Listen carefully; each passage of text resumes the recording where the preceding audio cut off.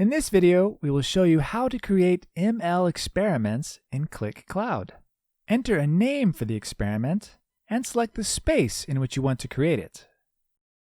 Optionally, add a description and tags. When done, click Create. Select a dataset to use in your experiment. You can choose from all supported datasets that are available in your private and shared spaces. You can configure the experiment. This involves selecting the target and the features that the model will use to predict the target. With the target set, you can select which of the other available columns to include in the model's training.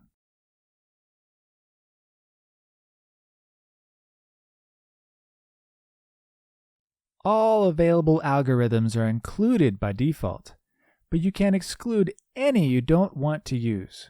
Once you've configured the experiment, you can start running the first version. When completed, the model performance score will be presented, and the top performing model will be selected. Below the table, a series of visualizations will present important information to help you understand the model and how to iterate further. Now you can create a new version of the experiment or deploy this one. You can use the pop-up message to open the model, or you can access it from the catalog or the hub. Here you can perform all actions related to your deployed model. Click the Create Prediction button, then select the Apply Dataset button.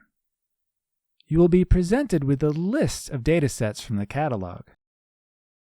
You can see that the dataset schemas match. Click the Name Dataset Prediction button and provide a name and a space to save the predictions. In the prediction options, you can choose to include additional files and the index column to use. When done, click the Save button.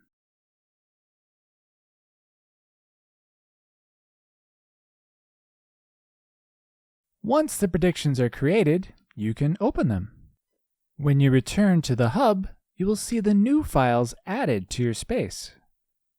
Open the data files and, starting from here, you can create a new analytic app starting from this data.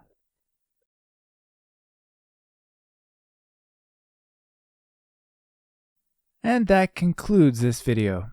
Thanks for watching.